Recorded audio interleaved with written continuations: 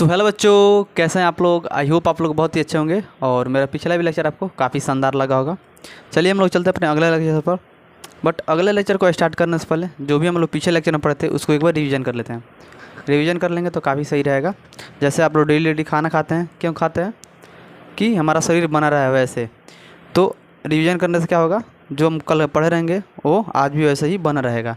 चलिए देखते हैं, रिवीजन करते हैं। तो हम लोग कल देखे थे कि प्रकाश का अपवर्तन कितने नियम होते हैं, और सघन भी जाने थे, विरल माध्यम भी जाने थे और सघन माध्यम भी जाने थे।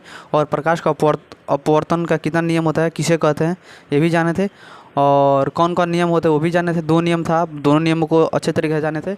और थोड़ा सा फिलहाल में देखे थे कि निर्गत कोण क्या होता है, निर्गत कोण क्या होता है। तो चलिए हम लोग पहले जानने कि हम लोग जाने थे कि विरल माध्यम और सघन माध्यम क्या होता है। तो सघन माध्यम क्या होता है, जिसमें प्रकाश की चाल सबसे कम हो तो उसी को बोलेंगे सघन माध्यम। वह माध्यम जिसमें प्रकाश की चाल सबसे कम हो तो वह होगा हमारा सघन माध्यम। और वह माध्यम जिसमें प्रकाश की चाल सबसे तेज माने अधिक हो, वह माध्यम जिसमें प्रकाश की चाल अधिक हो तो उसी को बोलते हैं हम लोग, क्या बोलते हैं, विरल माध्यम। जैसे पूछे हम कि यह क्वेश्चन आपके बोर्ड में हर साल बनता है कि मान लीजिए कि एक आपका है हवा और यहाँ है जल। पूछे कि कौन सघन माध्यम है कौन विरल माध्यम है।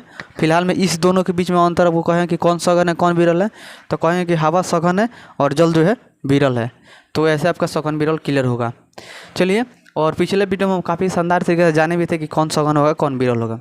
अब उसके बाद देखे थे कि प्रकाश के अपवर्तन के कितने नियम होते हैं। तो कितने नियम होते हैं, दो नियम होते हैं। कौन कौन होते हैं, तो बताए थे कि आपतित किरण तथा अपरिवर्तित किरण तथा अभिलंब तीनों एक ही समतल पर होते हैं, चाहे तीनों एक ही तल पर होते हैं। क्या बोले थे कि आपतित किरण तथा अपरिवर्तित किरण तथा आपतन बिंदु पर डाला गया लंब तीनों एक ही समतल में होते हैं। चाहे ऐसे भी लिख सकते हैं कि आपतित किरण तथा अपरिवर्तित किरण तथा अभिलंब तीनों एक ही तल में होते हैं।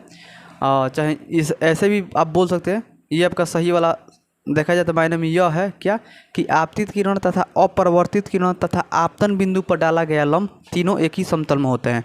जैसे क्या था आपका, ये आपका था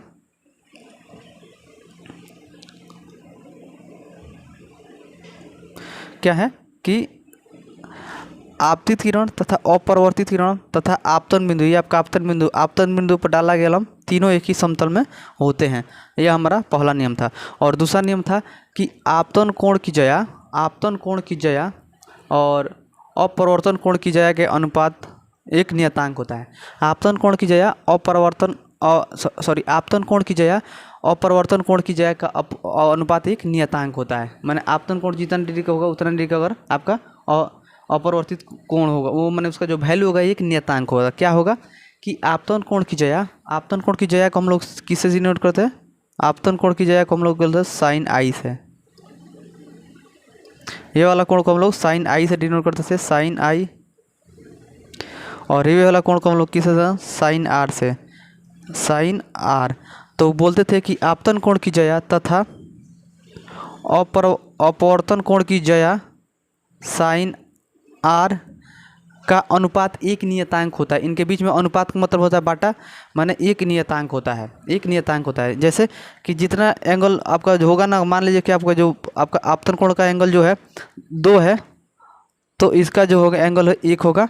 क्योंकि ये जगह सही मायने में देखा जाए तो ये जाएगा सीधे, इसको सीधे जाना चाहिए, लेकिन ये क्या होता है, विचलित हो जाता है। अपने दूसरे माध्यम जाएगा तो एकदम 100% विचलित होगा। ठीक, प्रकाश का किरण एक माध्यम से दूसरे माध्यम जाएगा तो 100% विचलित उसका होना ही है।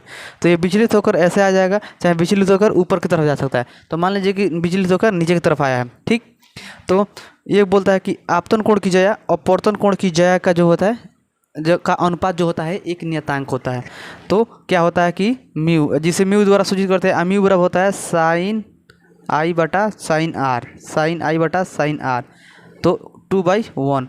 माने इसका जो अनुपात है नियतांक है। हर समय आपको 2/1 मिलेगा। अगर इसको कोण को और बढ़ा देंगे, इसको यहाँ से कर देंगे, इसको जब अगर आप यहाँ से करते हैं, ऐसे ले लेते हैं प्रकाश किरणों को, तो ये जो होगा थोड़ा सा बढ़ जाएगा। अगर इसको पूरा को मानते हैं आप 4 एंगल, तो ये पूरा आपका होगा 2। तो फिर से वही करेंगे, 4/2 करेंगे, sine i but sine r करेंगे तो आपको मिलेगा क्या आंसर में 2/1। तो एक नियतांक आपको हर समय वही एक वैल्यू मिलेगा, ठीक। तो इसीलिए नियतांक होगा। और इसको क्या बोलते हैं, इसको स्नेल के नियम ही बोलते हैं। स्नेल के नियम, इसने इस नियम को स्नेल दिया, इसीलिए स्नेल के नियम बोलते हैं। तो याद रखिएगा, काफ़ी इंपॉर्टेंट है ये।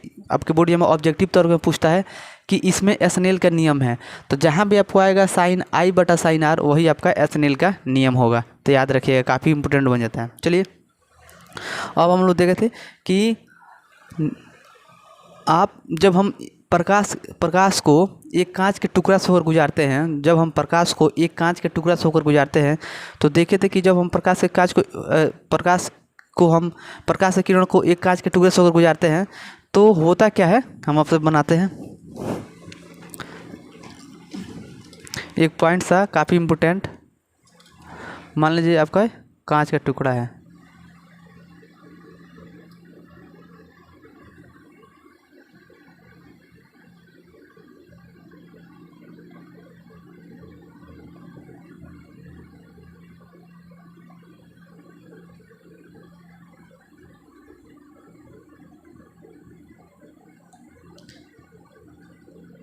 देखिए जब हम प्रकाश के किरण को एक कांच से होकर गुजारते हैं, यह आपका जो है एक कांच शीशा है,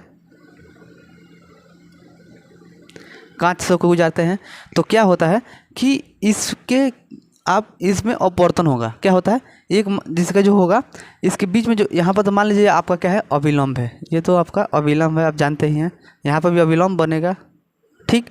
तो देखेंगे आपतन कोण जो होता है, मान जब हम प्रकाश किरणों को एक कांच से गुजारते हैं तो कहता है कि आपतन कोण जो होता है निर्गत कोण के बराबर होता है, निर्गत कोण के बराबर होता है।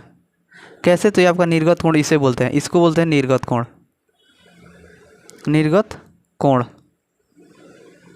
और ये आने वाले किरणों को हम लोग बोलते हैं आपतन कोण, ये जानते ही हैं आप लोग। तो हम लोग कल यही पढ़े थे कि जब प्रकाश के किरण को एक कांच से होकर गुजारते हैं तो आपतन कोण का जो मान होता है वह निर्गत कोण के मान के बराबर होता है, निर्गत कोण के मान के बराबर होता है। क्यों, आप देख सकते हैं, देखिए यहाँ पर बना का है, इसको जाना चाहिए था सीधे, लेकिन ये विचलित हो गया है, विचलित हो गया। क्यों विचलित हुआ, क्योंकि यहाँ से लेकर यहाँ तक आया है तो ये आपका हवा में है, यहाँ से लेकर यह किरण, ये किरण यहाँ से लेकर यहाँ तक आया है तो यह हवा माध्यम में, जैसे इसमें एंट्री किया कांच में तो ये कांच हुआ, कांच में जाएगा तो मान लीजिए एक माध्यम दूसरा माध्यम जाएगा तो विचलित होगा ही। तो ये विचलित होकर क्या हुआ कि अभिलंब की ओर झुक गया है, ये आपका अभिलंब है, इसकी ओर झुक गया है। तो फिर से यहाँ आया तो ये तो मान लीजिए शीशा में है, लेकिन फिर से जब शीशा से बाहर निकला हवा में तो फिर से पहले वाला रफ्तार में आपका आ जाएगा। तो क्या हुआ कि ये बाद में फिर से आपतन किरण के समांतर हो जाता है, आपतन किरणों के समांतर होता है। तो यहाँ पर भी जो एंगल बनता है इसको बोलते हैं अभिलंब से द्वारा जो एंगल बनता है, तो बोला जाता है कि जो आपतन कोण होता है निर्गत कोण के बराबर होता है, इसी को हम लोग निर्गत कोण बोलते हैं, इसी को बोलते हैं निर्गत कोण। और एक बात और आपसे बता दें कि अगर आप निर्गत कोण का डिफिनेशन लिखना चाहते हैं तो क्या लिख सकते हैं कि जब हम प्रकाश के किरण को एक माध्यम से दूसरे माध्यम में गुजारते हैं, जब हम प्रकाश के चाल को एक माध्यम से दूसरे माध्यम में गुजारते हैं तो दूसरे माध्यम द्वारा, क्या देखिए जब हम प्रकाश के चाल को एक माध्यम से दूसरे माध्यम में गुजारते हैं तो दूसरे माध्यम द्वारा, ये यहाँ से लेकर दूसरे माध्यम में अभिलंब तथा आपतित किरण, अपरिवर्तित किरण के बीच के कोण को ही निर्गत कोण कहते हैं। अपरिवर्तित किरण के बीच के अपरिवर्तित किरण तथा अभिलंब के बीच के कोण को ही हम लोग क्या बोलते हैं, निर्गत कोण बोलते हैं। कैसे, देखिए मान लीजिए यहाँ से आया है तो यहाँ से मुड़ा है, देखिए एक माध्यम दूसरे माध्यम में एंट्री किया, अब दूसरे माध्यम में क्या लिखेंगे कि दूसरे माध्यम में अभिलंब तथा किरण द्वारा, अपरिवर्तित किरण द्वारा यहाँ से निकल गया तो अपरिवर्तित हो गया, अपरिवर्तित किरण के बीच के कोण को ही हम लोग क्या बोलते हैं, निर्गत कोण बोलते हैं। तो फिलहाल में निर्गत कोण, आप ऐसे आपके बोर्ड में कोई पूछा नहीं है लेकिन फिलहाल में बता दिए हैं, ठीक। चलिए हम लोग देते हैं। अब आज यहाँ तक हम लोग देखे थे। और क्या होता है कि हम लोग एक काफ़ी इंपॉर्टेंट, काफ़ी शॉर्ट ऑब्जेक्टिव क्वेश्चन, शॉर्ट में क्वेश्चन पूछा है 2 नंबर में कि क्या होता है पार्श्विक विस्थापन किसे कहते हैं, पार्श्विक विस्थापन क्या होता है और वो किन किन बातों पर निर्भर करता है। ये काफ़ी इंपॉर्टेंट क्वेश्चन है, काफ़ी VVI क्वेश्चन है, मोस्ट इंपॉर्टेंट क्वेश्चन है, आपके बोर्ड में काफ़ी बार पूछा गया है। और देखिए हम यहाँ पर आपको समझाएंगे, रटाएंगे नहीं, इसी पर देखते हैं। देखिए पार्श्विक विस्थापन किसे कहते हैं, पार्श्विक विस्थापन किसे कहते हैं, तो जब एक माध्यम से क्या होता है, जब प्रकाश के किरणों को हम किसी कांच से होकर गुजारते हैं, पार्श्विक विस्थापन समझ लीजिए। पार्श्विक विस्थापन हेडिंग डाल लीजिएगा, क्या होगा,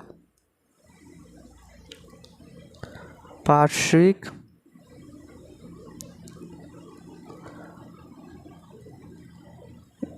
सॉरी ये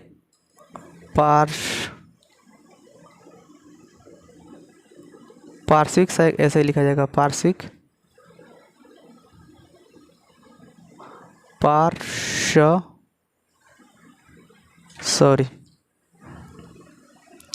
पार्श्विक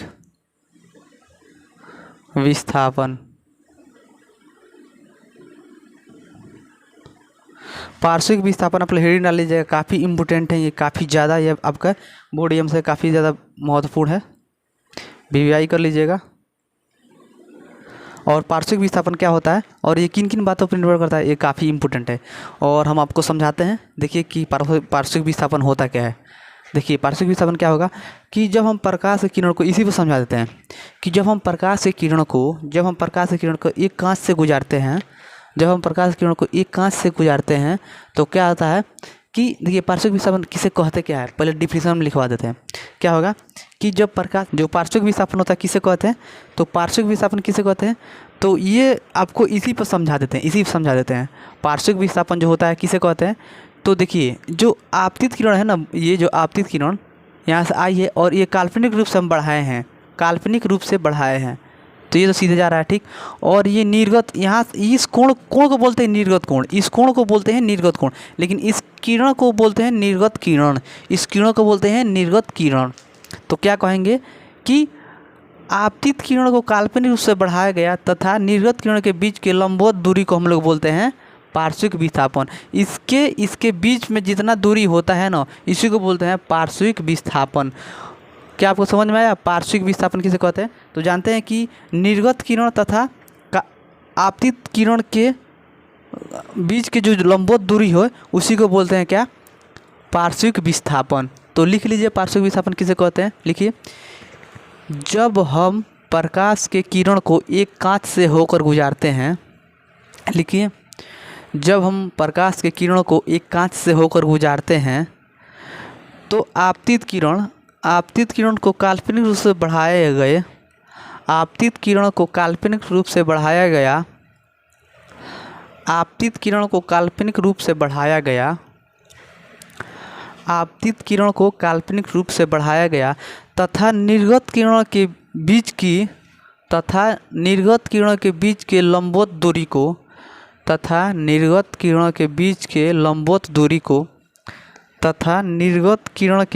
के लंबवत दूरी को हम लोग बोलते हैं, हम कहते हैं कि पार्श्विक विस्थापन।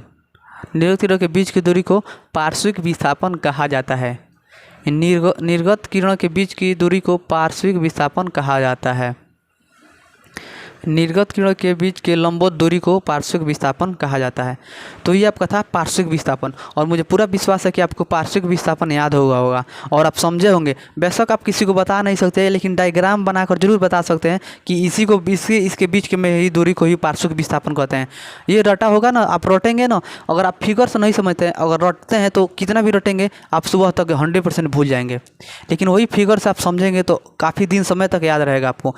हम मानते हैं कि आप डिफिनीशन नहीं दे पाएंगे, लेकिन आप डायग्राम तो बना देंगे, और जब डायग्राम बना लेंगे ना तो डायग्राम से हम डिफिनीशन निकाल सकते हैं। कैसे? तो कहेंगे कि ये किरण को हम लोग आपतित किरण कहते हैं, और ये तो आपका कांच है, तो ये कांच के ऊपर दूसरा माध्यम है, कांच आपका दूसरा माध्यम हो गया। क्या होगा, तो ये जब किरणों को गुजारेंगे तो ये एक माध्यम से दूसरे माध्यम जाएगा, तो ये थोड़ा झुकेगा ही, और इसको जब हम सीधा निकालेंगे तो यह आपका जो होता है आपतित किरण होता है। तो यहाँ से इस आपतित किरण को यहाँ से हम लोग काल्पनिक रूप से बढ़ाए हैं, मैंने कल्पना की है कि ऐसे इसको जाना चाहिए, लेकिन ये गया है ऐसे, और यहाँ से जब निकल रहा है, दूसरे माध्यम से जब निकल रहा है, तो ये वाला जो कोण होता है अविलंब तथा ये वाला कोण के बीच में, ये वाला किरणों के बीच में हम लोग बोलते हैं निर्गत कोण, और इस किरण को हम लोग बोलते हैं निर्गत किरण। अब आप जानते हैं कि जब आप डायग्राम बना ही लेंगे, और डायग्राम आपका सही है, आपको डायग्राम में कहीं बनाने में आपको दिक्कत नहीं होगा। जब आप सही तरीके से बनाएंगे तो कहीं आपको दिक्कत नहीं होगा।